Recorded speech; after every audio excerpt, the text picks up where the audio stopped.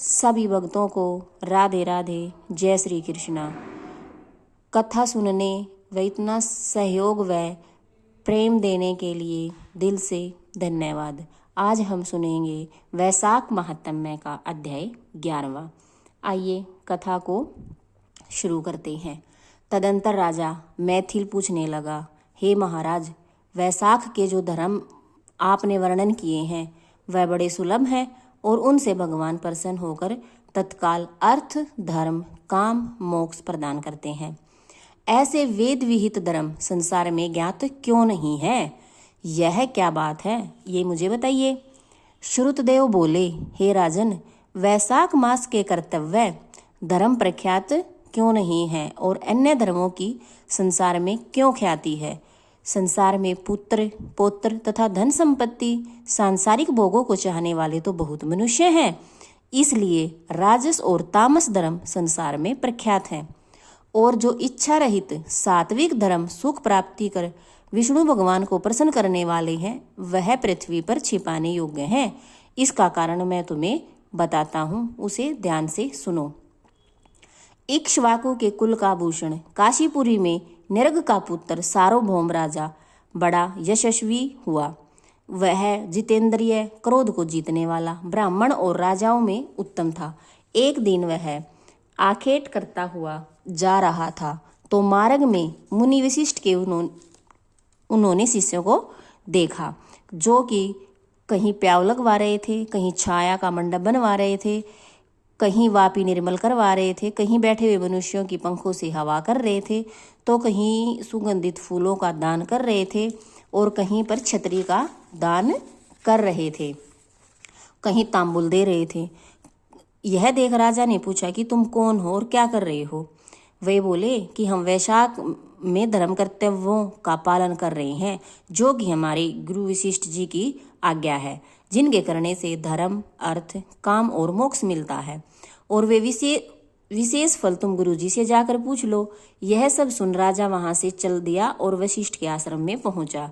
राजा गुरु वशिष्ठ को प्रणाम कर बैठ गया और बोला, हे मुनीश्वर, मैंने मार्ग में आपके शिष्यों को शुभ कार्य करते हुए देखा है, और जब मैंने उनसे पूछा तो उन्होंने मुझे कहा कि आप इनका जो फल है वो गुरु जी से जाकर पूछ लो। उन्होंने मुझे आपके पास भेज दिया और उन्होंने कहा कि हमें बताने का अवकाश नहीं है, इसलिए मैं आपके पास आया हूँ कि आपसे इन धर्मों को सुनो। वशिष्ठ जी बहुत प्रसन्न हुए और कहने लगे, हे राजन, वैशाख मास में प्रातःकाल स्नान करके भगवान विष्णु का पूजन करना चाहिए और दान करने चाहिए।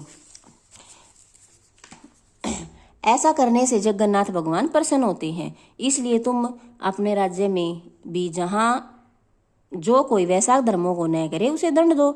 इस प्रकार वशिष्ठ जी ने वैशाखोक्त सब धर्म सुन भक्तिपूर्वक उनकी पूजा कर अपने घर में चला गया। सभी धर्मों का कर देव निरंजन केशव भगवान में बड़ी प्रीति करने लगा। हाथी पर ढोल रखवाकर अपने राज्य में मुनादी करा दी कि 8 वर्ष से 80 वर्ष के वृद्ध पिता, पुत्र, भार्या या इष्ट मित्र कोई भी हो जो मेष की संक्रांति में सूर्योदय से पहले स्नान नहीं करेगा और वैशाख धर्म का पालन नहीं करेगा, उसको चोर के समान दंड देकर मैं अपने देश से निकाल दूंगा। गांव-गांव में धर्म के उपदेश देने के लिए उन्होंने ब्राह्मणों को नियुक्त कर दिया।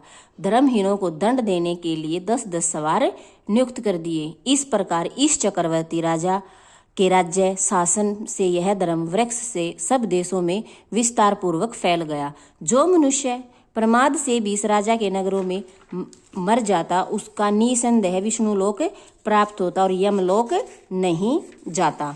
जिससे चित्रगुप्त को लिखने के लिए कुछ काम न रहा। सभी पापी लोगों से नरक खाली हो गया। तब नारद जी धर्म राज के पास जाकर बोले, हे राजन, नरक में पहले जैसी हाहाकार शब्द अब सुनाई नहीं देते। खोटे कर्म करने वाले, माया और दम से बड़े हुए पापी मनुष्य तुम्हारे लोक में क्यों नहीं आते? और चित्रगुप्त भी हाथ पर हाथ धरे बैठे हैं, इसका क्या कारण है? तब धर्मराज बोले, हे नारद, आजकल पृथ्वी का राजा ऋषिकेश पुराण पुरुषोत्तम का बड़ा भक्त है उसने अपने देश भर में मुनादी करा दी है कि सब छोटे बड़े बूढ़े मेष की संक्रांति में वैशाख मास के धर्म का पालन करेंगे। उल्लंघन करने पर उनको दंड दिया जाएगा, जिसके भय के कारण प्रजा के लोग वैशाख धर्मों का पालन कर रहे हैं।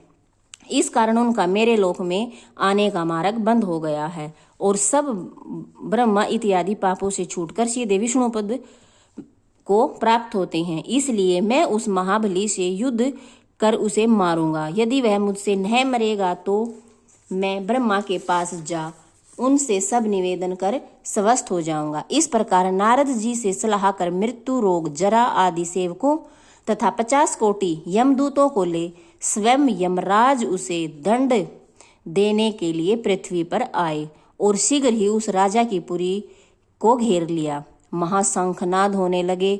जब राजा ने यह सुना कि यम ने यह पुरी घेरी है, तब उसे अत्यंत क्रोध आया। अपनी सब सेना सजा वह नगर से बाहर आया। दोनों में घोर युद्ध हो गया। राजा ने यम की सारी सेना जीत ली और क्षण भर में भगा दिया, जिससे क्रोध होकर यमराज ने अपने अनेकों बाण चलाए और ढाल तलवार उठा राजा को मारने लगा। तब राजा ने 3 बाणों से यमराज के धनुष और तलवार सब काट दिए और एक तीक्ष्ण बाण यमराज के मस्तक पर मारा।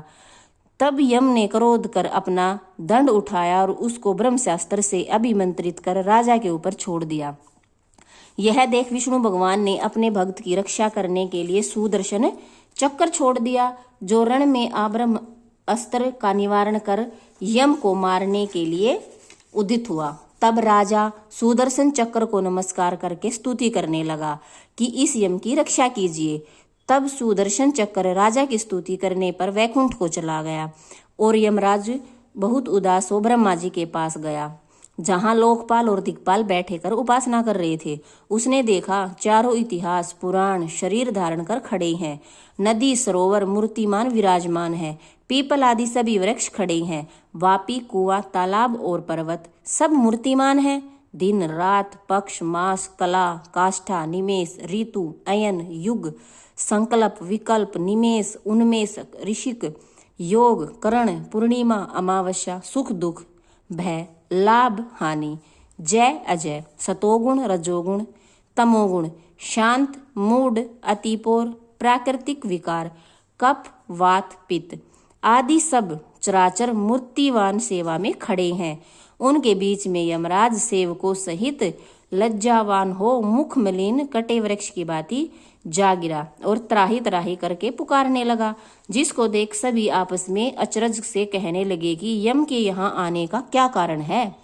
जिस यम को काम से क्षण भर भी अवकाश नहीं मिलता है, जिसके वस्त्र फट रहे हैं, चित्रगुप्त भी इसके पीछे पीछे ही आया है। यमराज कहने लगे, हे कमलासन, मेरी प्रतिष्ठा भंग हो गई है। मुझे खूब पीटा है और मेरे वस्त्र भी छीन लिए। आपके होते हुए मेरी यह दुर्गति हुई है। यह सुन सभा में बड़ा भारी कोलाहल हुआ। तब पवन ने ब्रह्मा की सलाह से सबकी वाणी रोक दी और यम से कहा, यम को वहां से उठाया और आसन पर बिठाकर पूछने लगा कि यह दुर्गति तुम्हारी किसने की है।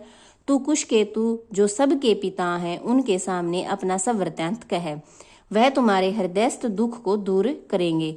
तब पवन के कहने पर यमराज कुशकेतु के पुत्र के मुख की ओर देख बड़े दीन सवर और गदगद वाणी से सत्य सत्य बताने लगा। वैशाख महात्म्य का 11वां अध्याय संपूर्ण हुआ।